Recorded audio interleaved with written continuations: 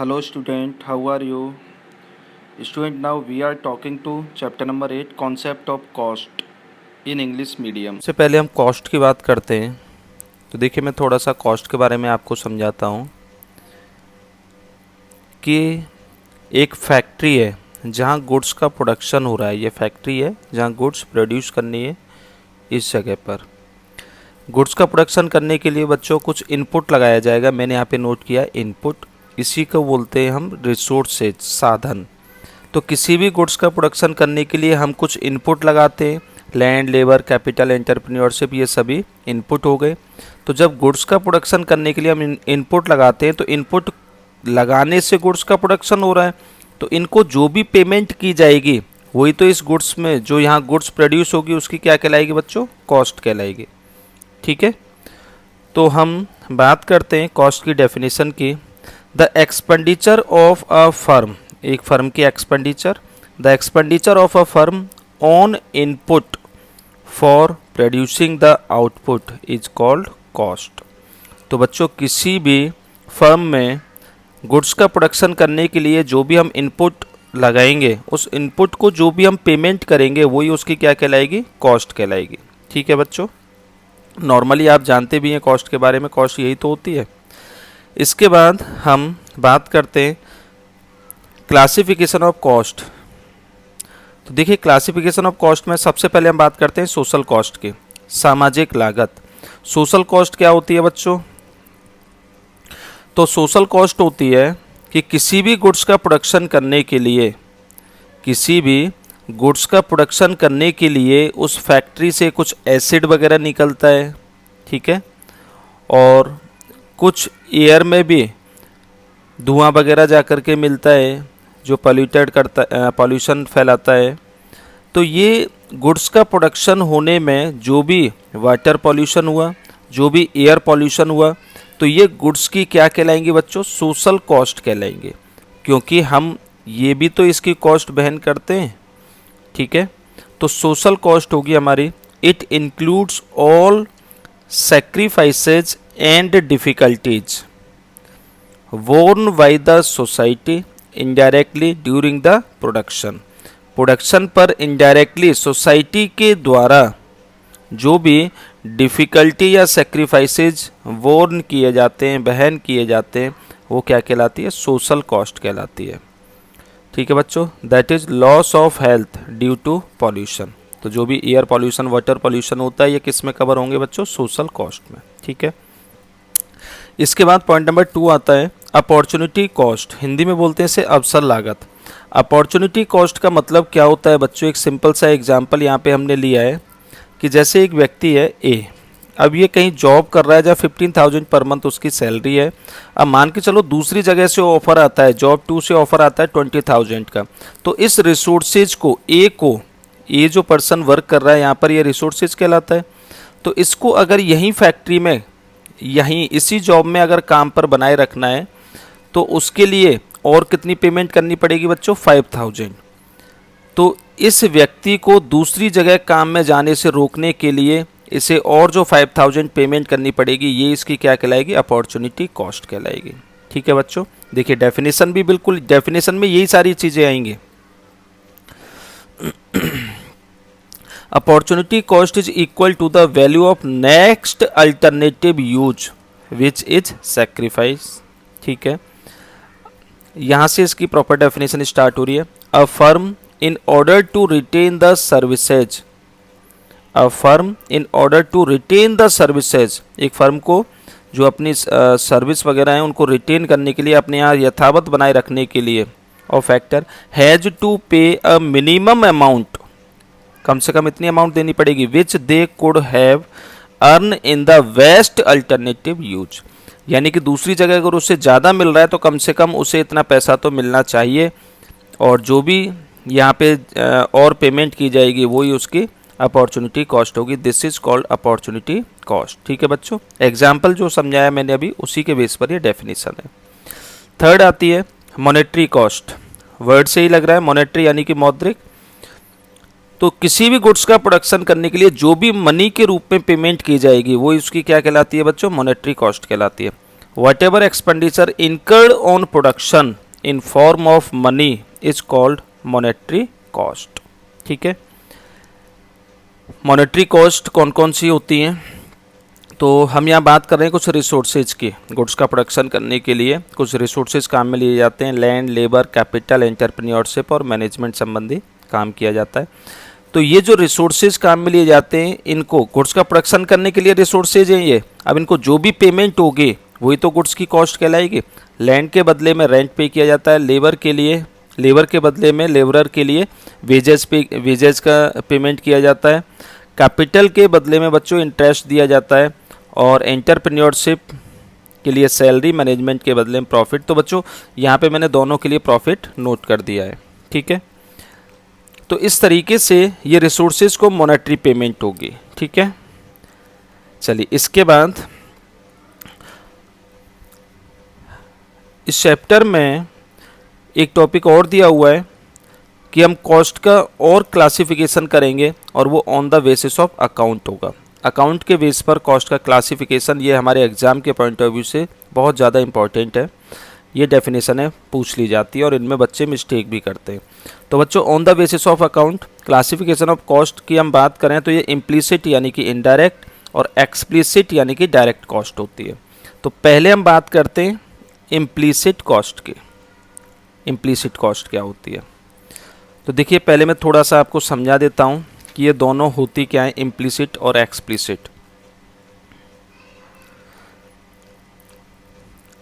Implicit और explicit, देखिए implicit का मतलब होता है कि जो फैक्ट्री का या फर्म का जो ओनर है, वो ओनर अपने पास से फर्म में कोई सर्विस प्रोवाइड करता है। ठीक है, और एक्सप्लिसिट होती है कि फर्म में लेबरर लगाए, कैपिटल अदर पर्सन से जो लेकर के कैपिटल लगाई गई। तो ये जो भी अदर आउटर पार्टी जो होंगी, फर्म की जो आउटर पार्टी हैं, उनसे अगर कोई भी सर्विस ली गई है और उनको पेमेंट की गई है, ये एक्सप्लिसिट कॉस्ट में कवर होगी। और ओनर के द्वारा कोई भी सर्विस अगर प्रोवाइड की गई है फर्म में, तो वो कौन सी कहलाएंगे बच्चों? Implicit cost. देखिए डेफिनेशन बिल्कुल इसी के बेस पर है, बस आपको थोड़ा यहाँ पॉइंट ऑफ व्यू का ध्यान रखना है। Implicit cost are those costs which are not written in accounts of a firm, that is value of his own services। Owner जो अपनी सर्विस प्रोवाइड करता है उसकी जो अकाउंटिंग वर्क है उसमें, फर्म का जो अकाउंटिंग वर्क है उसमें उस कॉस्ट को शामिल नहीं किया जाता है, वो कहलाती है इम्प्लिसिट कॉस्ट, और इसलिए इसे इनडायरेक्ट कॉस्ट भी कहते हैं। ठीक है, सेकंड आती है बच्चों इसमें explicit cost. Those cost which are included in account of a firm, that is expenses on raw material। Outer party से रॉ मटेरियल मंगाया जाएगा फर्म में। ठीक है, उनको जो पेमेंट होगी, वो आउटर पार्टी के लिए जो पेमेंट होगी वो एक्सप्लिसिट कॉस्ट कहलाएगी। देखो मैंने यहाँ पे समझा भी रखा है, ये ओनर है, ये उसका बिजनेस है। ओनर ने अपने पास से कार बिजनेस में लगाई, ओनर ने खुद ने सर्विस प्रोवाइड कर दी बिजनेस में। एक होता है कि ओनर ने बिजनेस के लिए रॉ मटेरियल परचेज करके लगाया, वर्कर लगाए, आउटर पार्टी से पैसा लगाया, लैंड ये लगाई बिजनेस में। तो ये जो आउटर पार्टीज जो यहाँ पे लगाई जा रही है, आउटर पार्टी से कोई भी चीज़ें या खुद आउटर पार्टी काम करने के लिए यहाँ पे जो आ रहे हैं, उनके लिए ओनर के द्वारा जो पेमेंट की जाएगी ये एक्सप्लिसिट कॉस्ट होगी, आउटर पार्टी के लिए पेमेंट। ठीक है, आउटर पार्टी के लिए पेमेंट। और एक होता है ओनर ने जो सर्विस प्रोवाइड की है, ये किस में कवर होगा बच्चों? इम्प्लिसिट कॉस्ट में। ये एक्सप्लिसिट कॉस्ट और ये इम्प्लिसिट कॉस्ट, ओनर जो अपने पास से सर्विस प्रोवाइड कर रहा है। ठीक है, तो ये हमारी इम्प्लिसिट और एक्सप्लिसिट कॉस्ट हुई। चलिए इसके बाद इस चैप्टर में दो बातें और आएंगी, दो टॉपिक आएंगे, एक शॉर्ट रन कॉस्ट और एक होता है लॉन्ग रन कॉस्ट। तो बच्चों पहले हम बात करते हैं शॉर्ट रन और लॉन्ग रन क्या होते हैं। मान के चलो अभी आप जाते हो, जैसे मैंने यहाँ पे एक एग्जांपल ले रखा है, आप गए दुकान पर, शॉप पर गए आज आप, और वहाँ जा कर के आपने कहा कि मुझे अभी विदिन 30 मिनट 10,000 समोसे चाहिए। तो बच्चों क्या वो प्रोवाइड कर पाएगा विद इन हाफ ईयर नहीं कर पाएगा।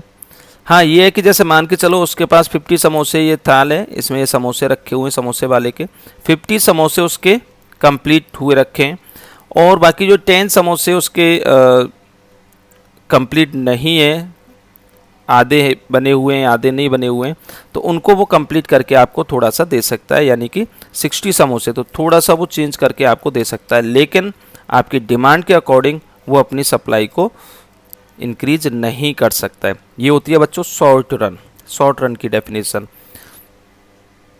ठीक है, इसके बाद तो हमने शॉर्ट रन में यहाँ बात की कि शॉर्ट रन में कुछ रिसोर्सेज हमारे फिक्स होते हैं और कुछ थोड़े से, क्योंकि अगर डिमांड के अकॉर्डिंग सप्लाई चेंज हो गई तो इसका मतलब सारे रिसोर्सेज सेलर जो है वो चेंज कर सकता है। तो ध्यान रखना, शॉर्ट रन में रिसोर्सेज कुछ चेंज कर सकते हैं, यानी कि वो वेरिएबल हो सकते हैं, और कुछ फिक्स होते हैं। अगर सारे के सारे वेरिएबल हो जाते तो इसका मतलब सभी में हम चेंज कर सकते थे, तो डिमांड के अकॉर्डिंग सप्लाई को भी सेलर बढ़ा सकता था, और सभी फिक्स होते तो थोड़ा सा भी चेंज नहीं कर पाते। ठीक है, तो इसलिए कुछ फिक्स होते हैं और कुछ वेरिएबल होते हैं शॉर्ट रन में। तो शॉर्ट रन में हम शॉर्ट रन कॉस्ट की बात करें, in short run some factor of production are fix and other variable, so a firm has to bear fix cost and variable cost in short run. यही बातें मैंने अभी यहाँ पे समझाई थी कि शॉर्ट रन में फिक्स कॉस्ट और वेरिएबल कॉस्ट दोनों आती हैं। देखिए बच्चों, अब यहाँ पे हम बात करेंगे शॉर्ट रन में कौन कौन सी कॉस्ट आती हैं, सबसे ज़्यादा इम्पोर्टेंट टॉपिक है। तो देखिए, पहले हम शॉर्ट रन में आने वाली कॉस्ट की बात करेंगे। तो ये 7 कॉस्ट होती हैं जो हमारे शॉर्ट रन में कवर होती हैं। Total fix cost, total variable cost और टोटल कॉस्ट। इसके बाद average fix cost, average variable cost, average total cost, और सबसे लास्ट में मार्जिनल कॉस्ट। मैंने जैसे अभी बोले वैसे ही ये हमें लर्न भी करने हैं। देखिए लर्न कैसे करने हैं, 7 पॉइंट। सबसे पहले किसी भी गुड्स का प्रोडक्शन करने के लिए मैंने अभी बताया था शॉर्ट रन में 2 आती हैं, पहले फिक्स और वेरिएबल। ठीक है, सबसे पहले ये आती हैं फिक्स और वेरिएबल। तो टोटल फिक्स और टोटल वेरिएबल, अगर हम इन दोनों का टोटल कर दें तो बच्चों कौन सी कॉस्ट आती है, टोटल कॉस्ट। ठीक है, total fix cost, total variable cost, इन दोनों का टोटल कर दिया, टोटल कॉस्ट 3 हो गई। अब इन तीनों को अगर हम क्वांटिटी से डिवाइड कर दें तो इनका एवरेज निकल के आ जाएगा। तो टोटल फिक्स कॉस्ट का एवरेज आएगा तो एवरेज फिक्स कॉस्ट कहलाएगा, टोटल वेरिएबल कॉस्ट का एवरेज आएगा तो एवरेज वेरिएबल कॉस्ट कहलाएगा, और टोटल कॉस्ट का एवरेज क्या कहलाएगा, एवरेज टोटल कॉस्ट, या जिसे एवरेज कॉस्ट भी कह सकते हैं। ठीक है बच्चों, तो मैं फिर से रिपीट कर रहा हूँ, ध्यान देना है सभी को। सबसे पहले टोटल फिक्स कॉस्ट और दूसरी टोटल वेरिएबल कॉस्ट, ये दोनों आपको याद रखनी है। पहले दोनों का टोटल करेंगे, सम करेंगे, टोटल कॉस्ट बन जाएगी। तीनों का एवरेज निकालेंगे, क्वांटिटी का आउटपुट क्वांटिटी जो होंगी उनसे डिवाइड करके एवरेज निकालेंगे, तो तीनों का एवरेज आ जाएगा सीक्वेंस से, average fix cost, average variable cost और एवरेज टोटल कॉस्ट, और सबसे लास्ट में बिल्कुल अलग मार्जिनल कॉस्ट। क्लियर बच्चों 7 पॉइंट। चलिए इसके बाद इसकी देखो ऐसी एक टेबल भी एग्जाम में आती है, इसके बारे में हम अभी बात करेंगे। पहले सीक्वेंस से इनकी डेफिनेशन पढ़ेंगे। तो पहले मैं यहाँ थोड़ा सा इनके बारे में समझा रहा हूँ ताकि डेफिनेशन आसानी से समझ में आए और साथ के साथ याद भी हो जाए, फॉर्मूले भी होंगे वो भी याद हो जाएंगे। तो देखिए बच्चों, total fix cost, total fix cost का मतलब है ऐसी कॉस्ट जो कैसी हो, फिक्स हो। फिक्स का मतलब प्रोडक्शन चाहे बढ़े, प्रोडक्शन चाहे कम हो, लेकिन इसमें कोई चेंज नहीं होता है, फिक्स रहती है। ठीक है बच्चों। टोटल वेरिएबल कॉस्ट, वेरिएबल परिवर्तनीय, तो ऐसी कॉस्ट जो परिवर्तित हो जाए, चेंज हो जाए, यानी कि ऐसी कॉस्ट जो प्रोडक्शन बढ़ने पर बढ़ जाए, प्रोडक्शन घटने पर घट जाए, वो टोटल वेरिएबल कॉस्ट होगी। ठीक है, टोटल फिक्स कॉस्ट और टोटल वेरिएबल कॉस्ट का अगर हम सम कर दें तो वो कौन सी कॉस्ट आएगी बच्चों, टोटल कॉस्ट आएगी। तीनों क्लियर। अगली तीनों की डेफिनेशन भी यही बनेगी, sum of the average of the total fix cost is called average fix cost, या when total fix cost is divided by quantity then result is called average fix cost. तीनों को हम क्वांटिटी से divide करेंगे, ये तीनों की definition बन जाएगी। ठीक है बच्चों, मार्जिनल कॉस्ट की बात करेंगे। तो चलिए हम स्टार्ट कर लेते हैं। पॉइंट नंबर फर्स्ट है बच्चों, यहाँ पे मैंने यहाँ कुछ फॉर्मूले भी नोट किए हैं, इनकी भी बातें हम करेंगे नंबर बाय नंबर। देखिए, टोटल फिक्स कॉस्ट। तो मैंने यहाँ दो डेफिनेशन नोट किए हैं, दोनों में से आप कोई भी याद कर सकते हो। पहली है cost which is not change with the production that is called total fix cost. ऐसी कॉस्ट जो प्रोडक्शन के साथ चेंज नहीं होती है, यानी कि प्रोडक्शन बढ़ने पर ना तो वो बढ़ती है, प्रोडक्शन घटने पर ना ही वो घटती है, वो कौन सी कॉस्ट होगी बच्चों? Total fix cost.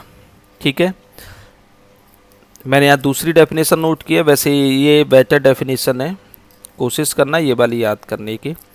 Supply of some factor of production is constant in short run. Short run में जो फैक्टर ऑफ प्रोडक्शन है कुछ कैसे होते हैं? कांस्टेंट होते हैं।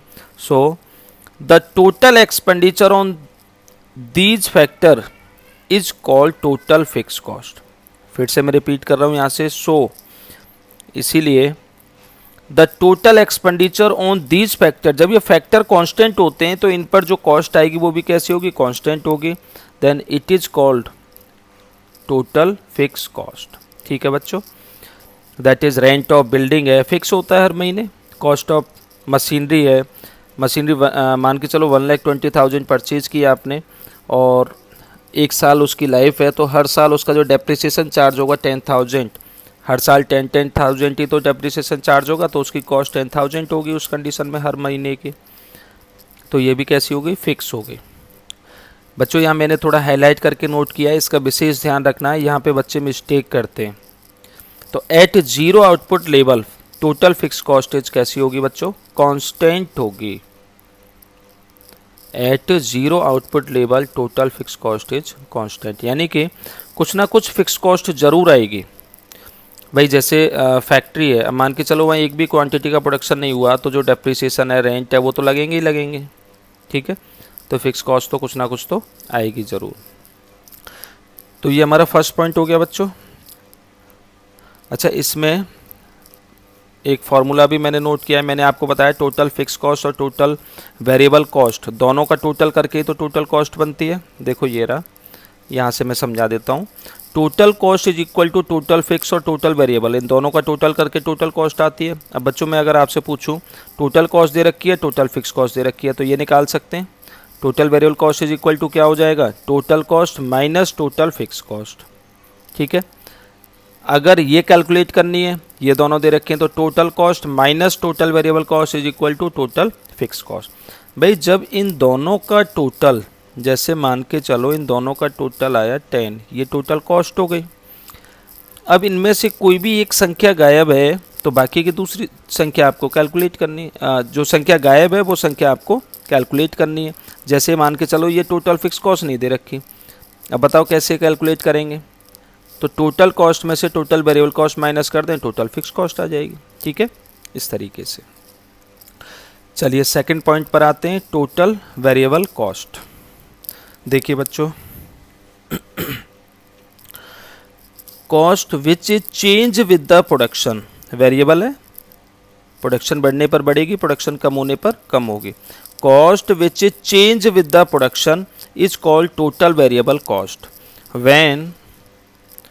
when production increase then total variable cost increase and when production decrease then total variable cost भी कैसी हो जाएगी बच्चों? डिक्रीज हो जाएगी।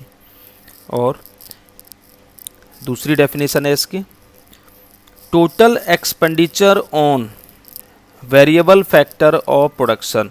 जो फैक्टर ऑफ प्रोडक्शन वेरिएबल होते हैं उन पर जो भी एक्सपेंडिचर होगा वो क्या कहलाएगी? As total variable cost. ठीक है, that is expenditure on raw material. जैसे मान के चलो एक समोसे बनाने वाला है, एक समोसा बनाने के लिए मान के चलो 10 ग्राम मैदा चाहिए, एग्जाम्पल ले रहे हैं। अब बताओ 2 समोसे बनाने के लिए लगभग 20 ग्राम मैदा, 3 समोसे बनाने के लिए 30 ग्राम मैदा, एक भी समोसा नहीं बना जाए 0 ग्राम। ठीक है, तो प्रोडक्शन बढ़ने पर बढ़े, प्रोडक्शन कम होने पर कम हो, वो कौन सी होती है बच्चों? Total variable cost. अब जैसे रॉ मटेरियल मैंने एग्जांपल दिया, वेरिएबल कॉस्ट होती है, वाटर वगैरह का खर्चा है, ये वेरिएबल कॉस्ट में कवर होते हैं। फार्मूला मैंने आपको पहले समझा दिया था अभी ऊपर यहाँ पे कि total variable cost is equal to क्या होगा? तो टोटल कॉस्ट में से टोटल फिक्स कॉस्ट माइनस कर देंगे, टोटल वेरिएबल कॉस्ट आ जाएगी। ठीक है बच्चों, इसके बाद पॉइंट नंबर 3 की बात करते हैं, टोटल कॉस्ट। टोटल कॉस्ट क्या होगी? Total cost is the sum of total fix cost and total variable cost. यही मैं आपको यहाँ पे समझा भी रहा था कि टोटल फिक्स कॉस्ट और टोटल वेरिएबल कॉस्ट का ही टोटल कॉस्ट कहलाता है। तो वो यहाँ पे लिखा हुआ है कि total cost is the sum of total fix cost and total variable cost. ठीक है, दोनों का टोटल कॉस्ट होती है। अब देखिए बच्चों, हम इस टेबल पर आते हैं।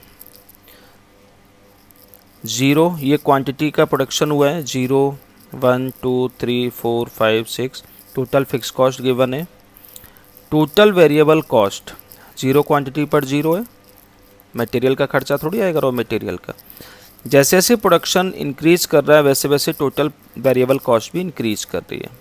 ठीक है, दोनों का अगर हम सम कर दें तो वो क्या आ जाती है? टोटल कॉस्ट आ जाती है। ठीक है ना, मान के चलो टोटल कॉस्ट गिवन है भाई, इन दोनों का टोटल करके ये आती है टोटल कॉस्ट। तो टोटल कॉस्ट में से इसे माइनस कर दें, ये आ जाएगी। टोटल कॉस्ट में से इसे माइनस कर दें तो ये आ जाएगी। ठीक है बच्चों, अब देखिए इन्हीं तीनों कॉलमों को डायग्राम में शो करते हैं। क्वांटिटी, ये क्वांटिटी हमने OX एक्सिस पर क्वांटिटी ले ली, क्वांटिटी ऑफ आउटपुट। ठीक है, और OY एक्सिस पर total fix, total variable, total cost. तो पहले हम OY एक्सिस पर टोटल फिक्स कॉस्ट की बात करते हैं। तो हर एक क्वांटिटी पर टोटल फिक्स कॉस्ट 10 है। देखिए बच्चों डायग्राम में, हर एक क्वांटिटी जो होगी 0 1 2 3 4 5, हर एक क्वांटिटी, 0 क्वांटिटी पर टोटल फिक्स कॉस्ट टेबल में क्या थी? 10, 1 quantity 10, second 10, third 10, fourth 10, fifth 10। Total fix cost हर एक क्वांटिटी पर इक्वल है। जब इन पॉइंटों को हम मिलाएंगे तो total fix cost horizontal line आएगी, OX एक्सिस के कैसे होगी बच्चों? पैरेलल होगी। पैरेलल है ना, ये समांतर। ठीक है, पैरेलल। टोटल वेरिएबल कॉस्ट की बात करते हैं बच्चों। देखिए टोटल वेरिएबल कॉस्ट, जैसे जैसे क्वांटिटी का प्रोडक्शन बढ़ रहा है टोटल वेरिएबल कॉस्ट भी कैसी हो रही है बच्चों? बढ़ रही है। और 0 क्वांटिटी पर कितनी है? 0। तो देखिए 0 क्वांटिटी पर 0। इसके बाद जैसे जैसे प्रोडक्शन बढ़ता जा रहा है वैसे वैसे टोटल वेरिएबल कॉस्ट भी बढ़ती हुई जा रही है। ठीक है, 1 पर 2 3 बढ़ रही है ना, 4 5, इस तरीके से ये टोटल वेरिएबल कॉस्ट होगी। इसके बाद हम बात करते हैं बच्चों टोटल कॉस्ट की। तो जैसे जैसे क्वांटिटी का प्रोडक्शन बढ़ रहा है वैसे वैसे टोटल कॉस्ट भी कैसी हो रही है? बढ़ रही है। देखिए, अच्छा ध्यान रखना है, 0 क्वांटिटी पर टोटल कॉस्ट कुछ ना कुछ ज़रूर आएगी। किसके बराबर आएगी? टोटल फिक्स कॉस्ट के बराबर। तो देखिए डायग्राम में 0 क्वांटिटी पर टोटल कॉस्ट की बात करें तो कितनी आएगी? सबसे पहले टोटल फिक्स कॉस्ट के बराबर यानी कि 10। फिर जैसे जैसे प्रोडक्शन हम बढ़ा रहे हैं वैसे वैसे टोटल कॉस्ट भी बढ़ती हुई जा रही है, बढ़ रही है ना, इस तरीके से। तो इस तरीके से हमारा total fix cost, total variable cost और टोटल कॉस्ट कर, देखो ये वाली आकृति और ये वाली आकृति बिल्कुल एक ही आएगी। ठीक है, क्यों आएगी?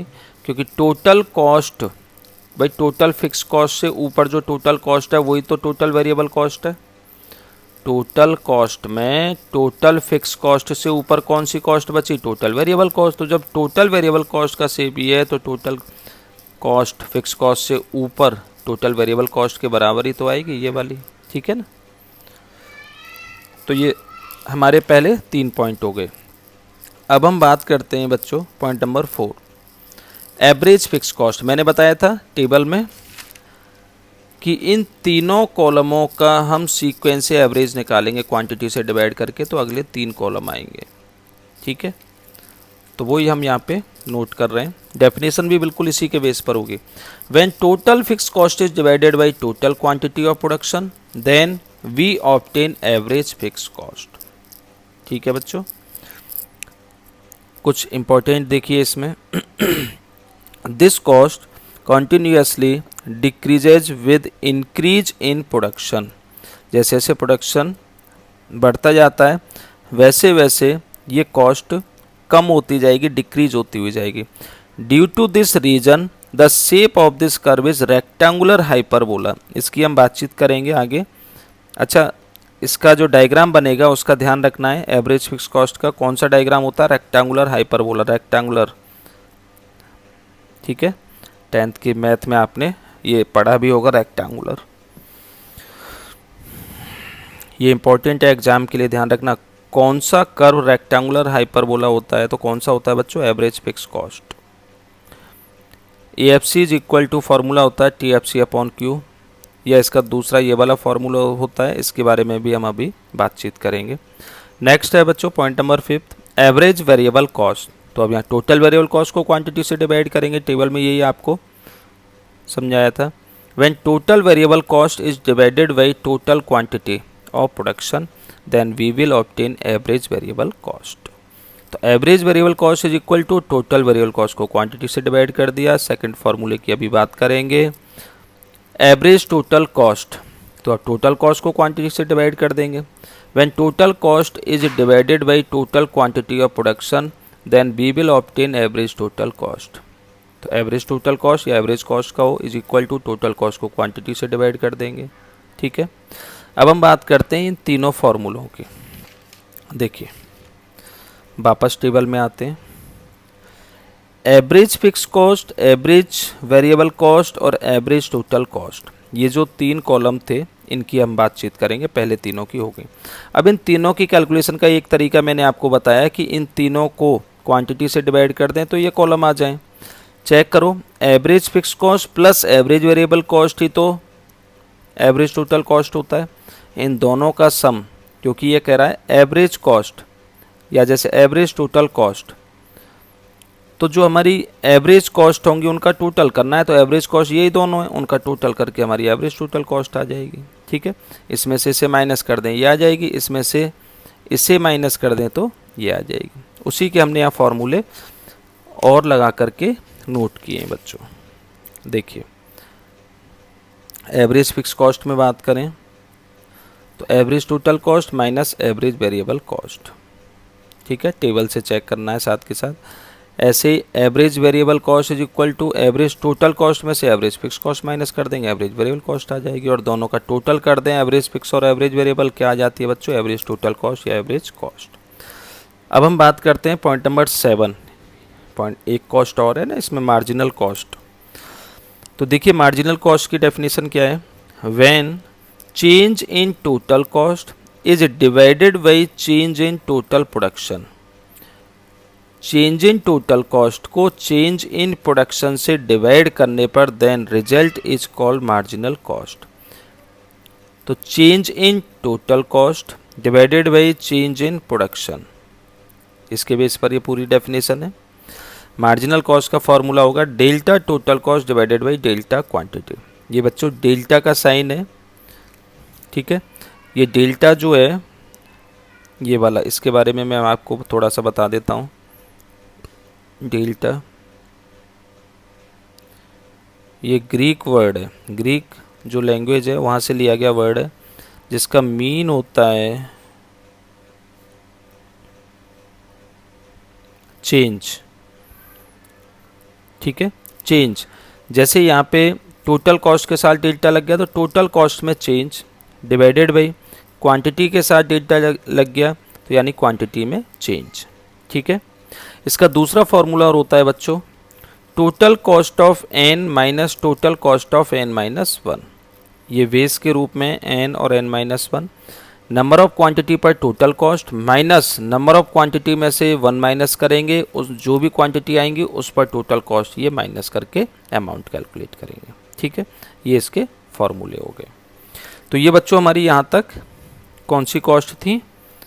Short run cost. ये एक टेबल और है जिस पे आप प्रैक्टिस कर सकते हो। ठीक है, देखिए अब हमने उसी टेबल में से अगला टॉपिक आएगा एवरेज कॉस्ट और मार्जिनल कॉस्ट में रिलेशन। तो पहले हम इसका डायग्राम देखते हैं क्योंकि डायग्राम के बेस पर आसानी से इसके तीनों रिलेशन क्लियर हो जाएंगे। देखो, एवरेज कॉस्ट की बात करें तो कम हो रही है एवरेज कॉस्ट 8.5 तक कम हो रही है, और इसके बाद में वापस एवरेज कॉस्ट कैसी हो रही है बच्चों, बढ़ रही है।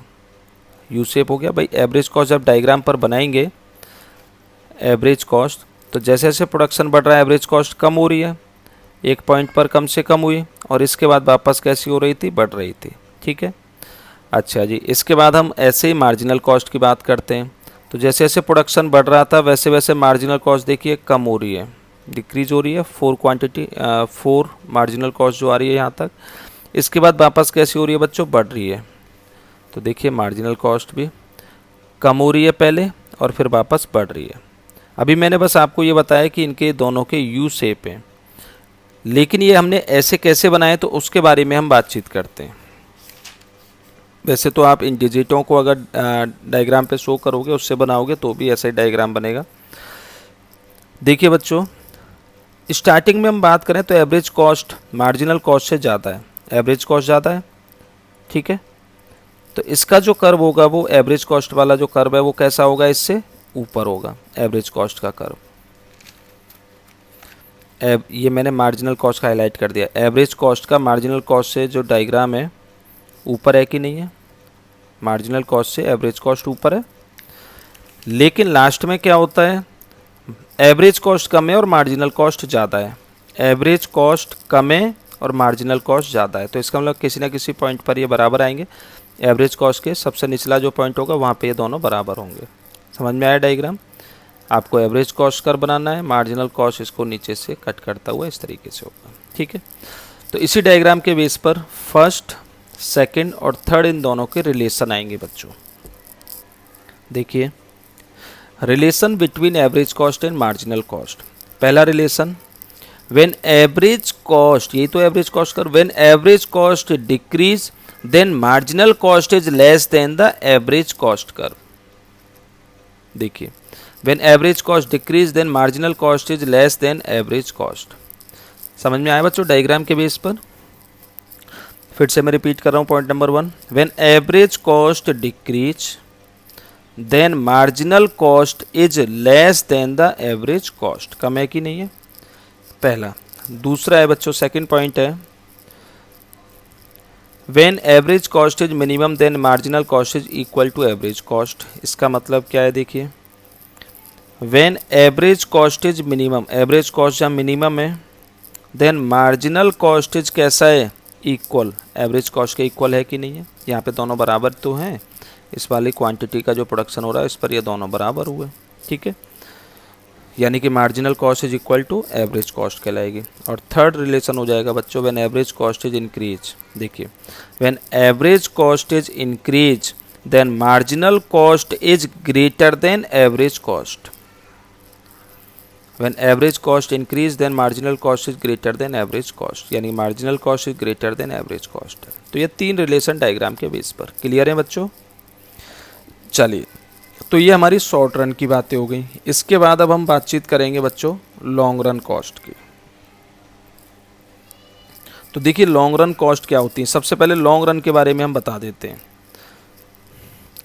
लॉन्ग रन का मतलब होता है बच्चों कि मान के चलो अभी आप समोसे वाले के पास जाते हैं, किसी भी समोसे वाले के पास, और उससे कहते हैं आप कि हमें आफ्टर 5 ईयर, एक पर्टिकुलर डेट आपने बताई लेकिन वो 5 साल बाद की है, इस डेट को हमें 10,000 समोसे चाहिए तैयार होकर के, पूरे तैयार किए हुए। बताइए, कोई छोटे से छोटा समोसे वाला भी तैयार करके दे सकता है? क्यों? क्योंकि अब वो अपने कोई भी रिसोर्सेज में चेंज कर सकता है। ठीक है, और ज़्यादा मटेरियल परचेज कर सकता है, लेबर लगा सकता है, अपना जो भी प्लांट है छोटा मोटा उसे भी नया प्लांट लगा सकता है। तो यानी कि अब सारे रिसोर्सेज में चेंज करके वो अपने प्रोडक्शन को आपकी डिमांड के अकॉर्डिंग अपनी सप्लाई को वो इंक्रीज कर सकता है, जबकि शॉर्ट रन में इंक्रीज नहीं कर रही थी डिमांड के अकॉर्डिंग सप्लाई। ठीक है बच्चों, लॉन्ग रन समझ में आया? अब लॉन्ग रन में 2 कॉस्ट आती हैं, उनकी भी बातचीत करेंगे। यहाँ लिखा हुआ है, in long run change can be possible in all factor of production. जो फैक्टर ऑफ प्रोडक्शन है सभी में चेंज किया जा सकता है। They can be increases to the increase demand. ठीक है जी। Here is following part of long run cost. 2 होती हैं, लॉन्ग रन एवरेज कॉस्ट और आगे आएगा point number 2 long run marginal cost. तो पहले हम लॉन्ग रन एवरेज कॉस्ट की बातें कंप्लीट करेंगे। तो बच्चों जैसे शॉर्ट रन एवरेज कॉस्ट पढ़ा था बिल्कुल ऐसे ही लॉन्ग रन एवरेज कॉस्ट होगा, बस टाइम का अंतर आ जाएगा। देखिए, when long run total cost is divided by quantity of production then result is called long run average cost. वहाँ भी डेफिनेशन हमने ऐसे ही पढ़ी थी, वहाँ हमने डेफिनेशन पढ़ी थी when total cost is divided by quantity of production, या when long run total cost is divided by quantity of production then result is called long run average cost. Formula हो गया LAC is equal to LTC, यानी कि long term total cost, long term total cost divided by quantity. ठीक है बच्चों, अब हम बात करते हैं लॉन्ग रन एवरेज कॉस्ट का शेप किस तरीके से होता है।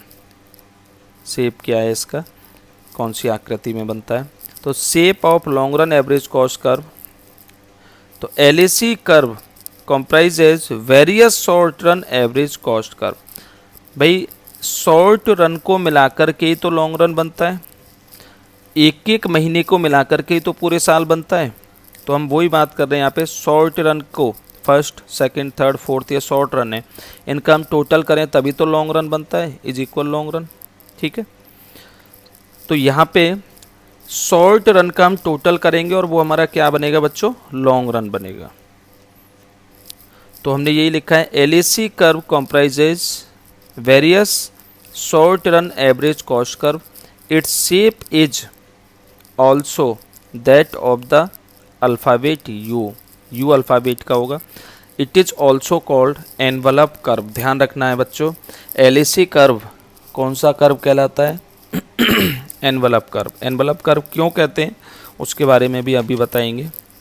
देखिए इसका डायग्राम कैसे बनेगा, हमें पहले शॉर्ट टर्म, दूसरा शॉर्ट टर्म, तीसरा शॉर्ट टर्म, इनके एवरेज कॉस्ट कर्व बनाने हैं। देखिए short term average cost curve हमने पहला बनाया, दूसरा short term average cost curve बनाया, ध्यान रखना थोड़ा नीचे की तरफ बनाना है। तीसरा short term average cost curve बनाया, फिर चौथा ऊपर की तरफ, पांचवा फिर ऊपर की तरफ। इनके जो सबसे निचले पॉइंट हैं उनको हमने मिला दिया, तो ये हमारा कौन सा बन गया, लॉन्ग रन एवरेज कॉस्ट। आसान था, ऐसे 5 आपको कर्व बनाने, पहले नीचे डाउनवर्ड की तरफ फिर अपवर्ड की तरफ, और उनको मिलाना है, long run average cost complete हो जाएगा। अब इसको एनवलप कर्व क्यों कहते हैं बच्चों, तो उसके पीछे रीज़न है। देखिए जो एनवलप होता है, लिफाफा जो होता है, दुकान पे हम सामान लेने जाते हैं, लिफाफा होता है, एनवलप होता है, तो उसमें जो जैसे चीनी है, चीनी के अलग अलग दाने होते हैं, तो उनको एक जगह उसमें इकट्ठा रख दिया जाता है और तब हम ले आते हैं उसे। तो ऐसे ही यहाँ पे long run average cost curve देखो, in short run average cost ही तो इसमें इकट्ठे किए हुए हैं, long run average cost curve में short run average cost curve इकट्ठे किए हुए हैं, तो इसीलिए ये क्या कहलाता है, एनवलप कर्व। ठीक है बच्चों, ध्यान रखना है, LAC एनवलप कर्व होता है, एग्जाम में पूछ लिया जाता है। चलिए इसके बाद ये तो फर्स्ट पॉइंट हो गया। Second point, long run marginal cost.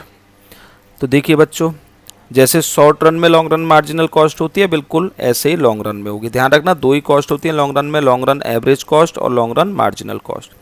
To find out the long run marginal cost, change in total cost is divided by per unit change in output. Long run marginal cost is equal to delta total cost divided by delta quantity.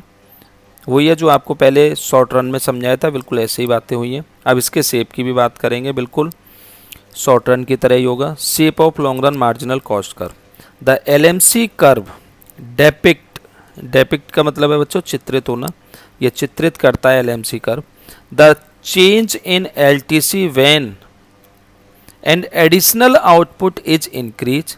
The LMC curve has same shape as that of short term marginal cost. तो short term में कैसा होता है, U shape में होता है, तो वही यू शेप में हमने यहाँ लॉन्ग रन में बना दिया, बस यहाँ लॉन्ग टर्म मार्जिनल कॉस्ट लिख दिया है। क्लियर है बच्चों। तो इस तरीके से हमारा ये चैप्टर नंबर